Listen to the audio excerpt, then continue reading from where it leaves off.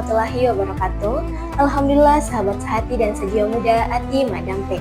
Senang sekali rasanya saya Sri Wahyuni sebagai host podcast Mandua Kota Parepare edisi Ramadan. Topik kali ini cukup dekat dengan keseharian terutama di lingkungan sekolah. Puasa dan bau badan apakah ada hubungannya? Untuk membahasnya sudah hadir bersama kita narasumber yang insya Allah memberi pencerahan, yaitu Ibu Nur Hikmah Amra, SPDI GR. Assalamualaikum Ibu. Waalaikumsalam.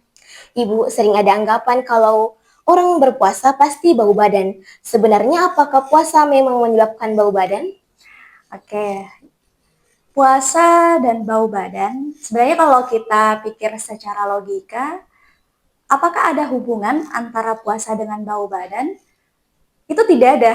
Kenapa saya katakan tidak ada? Karena meskipun kita tidak berpuasa, bau badan itu tetap ada. Karena kan hormon orang itu berbeda-beda. Ada yang memang orang yang punya hormon bau badan itu yang lumayan lebih, ada juga yang kurang, dalam artian tidak, bau badannya itu tidak tercium oleh orang lain. Tapi jika kita kaitkan dengan puasa, apakah bau badan ini bisa membatalkan puasa? Itu juga tidak. Kenapa? Karena bau badan itu tidak masuk dalam salah satu penyebab batalnya puasa seseorang.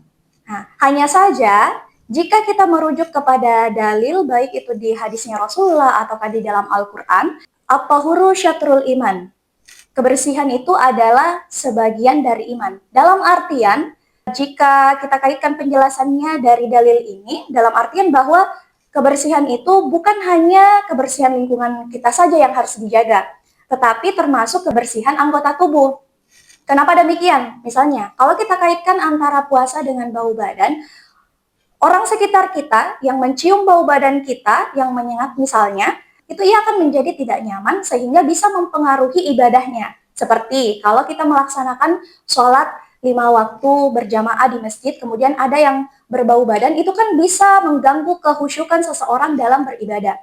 Sama dengan puasa, ketika kita berpuasa, jangan sampai ada orang yang terganggu dengan bau badan kita yang menyengat itu, kemudian mual dan muntah hingga akhirnya membatalkan puasa.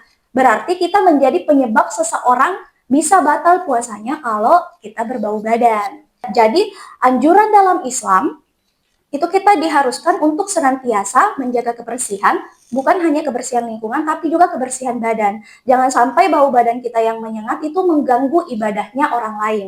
Nah, selain itu, Allah Subhanahu wa Ta'ala juga katakan dalam Quran Surah Al-Baqarah ayat 222, yang mana Allah Subhanahu wa Ta'ala berfirman, Innallaha yuhibbut tawabina wa yuhibbul mutatahhirin. Sesungguhnya Allah itu mencintai orang yang taubat dan menyukai orang yang menyucikan diri. Berarti Allah itu senang dengan kebersihan, termasuk dengan kebersihan badan. Jadi pada intinya adalah jangan sampai bau badan kita itu mengganggu diri kita sendiri, terkhusus kepada orang lain. Jangan sampai ibadahnya terganggu. Jadi seperti itu. Kalau seorang sudah mandi, Bu, sudah pakai deodoran, tapi masih tercium bau yang sangat menyengat, apakah itu mempengaruhi pahala puasa, Ibu? Kalau mempengaruhi pahala puasa, seperti yang saya katakan tadi, bahwa bau badan itu tidak masuk dalam kategori membatalkan puasa. Berarti kalau urusan pahalanya itu apakah berpengaruh atau tidak, itu sebenarnya tidak. Tidak dalam pahala puasanya. Mungkin dalam hal lainnya itu bisa jadi seperti ketika melaksanakan sholat, kita kan kalau sholat itu diharuskan untuk dalam keadaan bersih. Nah, bisa jadi di situ. Tapi kalau puasa itu tidak.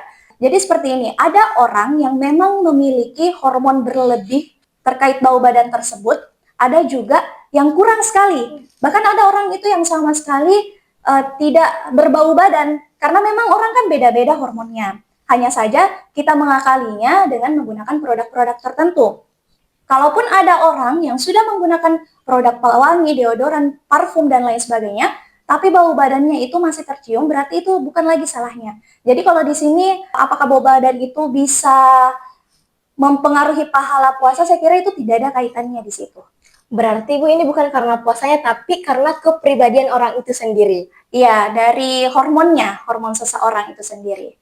Kita kan kalau sehari-hari itu diri kita sendiri itu pasti akan mengalami bau badan kalau kita beraktivitas di siang hari, terkena paparan sinar matahari pasti ada. Karena ini kan tergantung dari hormonnya seseorang, bukan karena puasanya.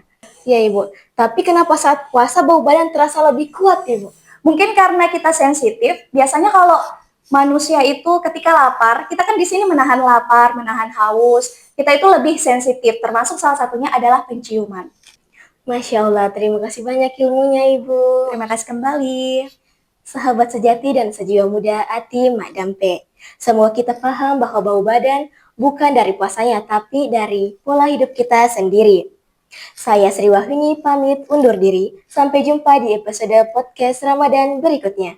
Assalamualaikum warahmatullahi wabarakatuh.